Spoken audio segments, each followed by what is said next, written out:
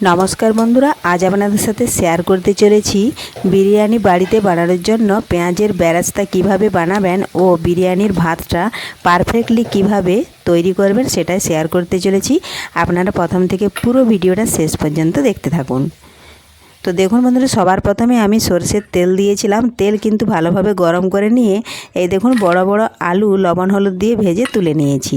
এখন ওই তেলের মধ্যে আমি বেশ কিছুটা পেঁয়াজ কুচি করে রেখেছি, সেই পেঁয়াজ কুচিটা এখন তেলের মধ্যে আমি দিয়ে দেব। এই দেখুন এখানে আমি এক বাটি পেঁয়াজ কুচিয়েছি, তার মধ্যে কিন্তু সম্পূর্ণ দিচ্ছি না, কিছুটা দিয়ে দিয়েছি। এখন নাড়াচাড়া করে পেঁয়াজটা কিছুক্ষণ সময় নিয়ে লাল লাল করে ভেজে নেব। তো দেখুন, বিরিয়ানির জন্য বেরেস্তা ভাজতে গেলে কিন্তু সবসময় সরষের তেলে ভাজলেই কিন্তু ভালো হয়, সাদা তেলে অতটা ভালো হয় না। তো দেখুন সরষের তেলে ভাজলে কত সুন্দর পেঁয়াজের বেরেস্তাটা ভাজা হয়। দেখুন এইভাবে মাঝখানে নাড়াচাড়া করে দিতে হবে। তার আগে যদি কোনো বন্ধু আমার চ্যানেলে নতুন হয়ে থাকে, চ্যানেলটি সাবস্ক্রাইব করে বেল আইকন হলে সেট করে দিন সবার প্রথমে আমার এই রেসিপি পেতে। এই পেঁয়াজের বেরেস্তা ভাজা আর বিরিয়ানির জন্য ভাতটা তৈরি করাই হচ্ছে মূল জিনিস। এই দুটো জিনিস যদি পারফেক্টলি আমরা বানিয়ে থাকতে পারি তো তাহলে বাড়িতেই খুব সুন্দর বিরিয়ানি বানানো যাবে। তো দেখুন পেঁয়াজটা কিন্তু ভাজা হয়ে গেছে। এখন আমি তেল থেকে একটু সাইডে সরিয়ে নিয়েছি, তুলে নিয়েছি। এখন দেখুন আবারও কড়াইয়ের মধ্যে বসিয়ে দিয়েছি পরিমাণ মতো জল কিন্তু ভালোভাবে গরম হতে দিয়েছি। আর এখানে দেখুন বিরিয়ানির চালটা নিয়েছি। এই দেখুন জলটা দেখুন একটু একটু ফুটতে শুরু করেছে। এখন আমি দিয়ে দিলাম দারুচিনি, তেজপাতা আর গোটা এলাচ। দিয়ে দিলাম পরিমাণ মতো সাদা তেল। তেলের মধ্যে জলের মধ্যে যদি এই তেলটা দেওয়া হয় তাহলে চালটা দেওয়ার পরে ভাত হয়ে গেলে একে অপরের গায়ে কিন্তু লেগে যাবে না। এদিকে জল কিন্তু ভালোভাবে গরম হয়ে গেছে। এখন আমি বিরিয়ানির চালটা দেখুন ভালোভাবে জল দিয়ে ধুয়ে পরিষ্কার করে নিচ্ছি। বিরিয়ানির চালটা কিন্তু ধোয়ার সময় দেখুন জলটা কিন্তু অনেকটাই ঘন বের হয়, এই জলটা কিন্তু ফেলে দিতে হবে, তাহলে ভাতটা খুব সুন্দর ঝরঝরে পরিষ্কার হবে। এই দুটো জিনিস বানিয়ে নিতে পারলেই কিন্তু বাড়িতে একদম দোকানের মতন পারফেক্টলি বিরিয়ানি বানানো যাবে। তো দেখুন আমি একবার জলটা ফেলে দিয়েছি, আবারও কিছুটা জল নিয়ে নিচ্ছি। এইভাবে দুবার দেখুন আমি জলটা ফেলে দিচ্ছি। এখন আমি এই জামবাটির মতোই কিন্তু কড়াইয়ের মধ্যে চালটা দিয়ে দেব। তো দেখুন আমি হাত দিয়ে দিচ্ছি, আপনারা পারলে জামবাটির মতো ঢেলে দিতেও পারেন। আমি হাত দিয়ে দিলাম, কারণ জলটা অনেকটাই গরম আছে, ছিটকা লেগে যেতে পারে, এই জন্য কম কম করে দিচ্ছি।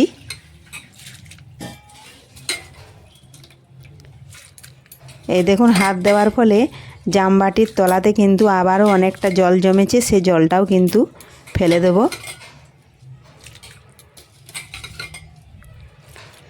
খুবই সহজ বাড়িতে বিরিয়ানি বানানো, এই পদ্ধতিতে আপনারাও কিন্তু খুব সহজেই বানিয়ে নিতে পারবেন। এর আগে কিন্তু আমি বিরিয়ানির ভিডিও দেওয়া আছে। দেখুন সমস্ত চালটাই দিয়ে দিয়েছি। এখন বেশ কিছুক্ষণ সময় নিয়ে আমি ভাতটা সেদ্ধ করে নেব।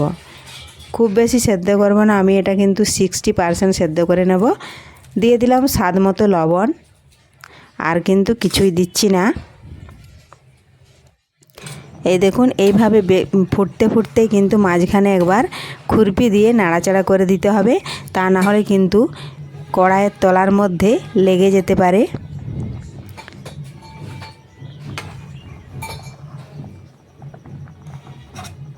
বাড়িতে যদি আমরা বিরিয়ানি বানিয়ে খেতে পারি তাহলে দোকানের ওই সেন্ট বা ভেজাল দেওয়া বিরিয়ানি খাওয়ার কোনো আর প্রয়োজন হবে না। তাতে কিন্তু বাড়ির বানানো যে কোনো জিনিসেই খেলে কিন্তু শরীরও ভালো থাকে, সুস্থ থাকে। আর দোকানে যে বিরিয়ানি কিনে আমরা খাই তাতে কিন্তু অনেক ভেজাল দেওয়া থাকে, সেন্ট দেওয়া থাকে, হিজিবিজি মশলা দেওয়া থাকে, তাতে কিন্তু অতটাও ভালো লাগে না। কিন্তু করার নেই, যারা বাড়িতে বানাতে পারেন না তাহলে কিন্তু কিনে খেতেও তো হয়। তো আজকের মতো দেখুন আমি সম্পূর্ণটা দেখাতে পারছি না, এই বিরিয়ানির ভাতটাই দেখালাম আর পেঁয়াজের বেরেস্তাটা, এই দুটো জিনিসই মূল।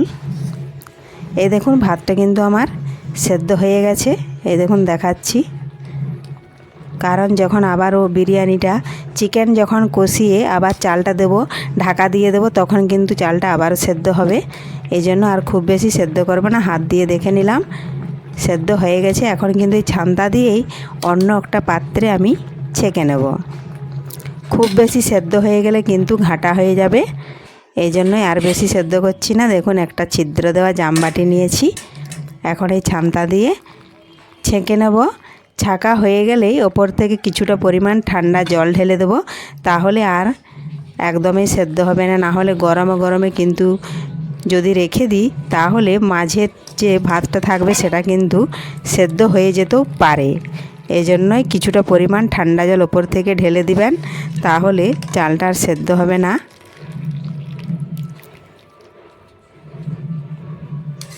এই দেখুন সমস্ত চালটাই আমি এই ছান্তা দিয়ে ছেঁকে নিচ্ছি। তো আজকের বন্ধুদের এই বিরিয়ানির ভাত বানানো আর বিরিয়ানির জন্য পেঁয়াজের বেরেস্তা বানানো যদি ভালো লেগে থাকে লাইক শেয়ার কমেন্ট করবেন। ধন্যবাদ।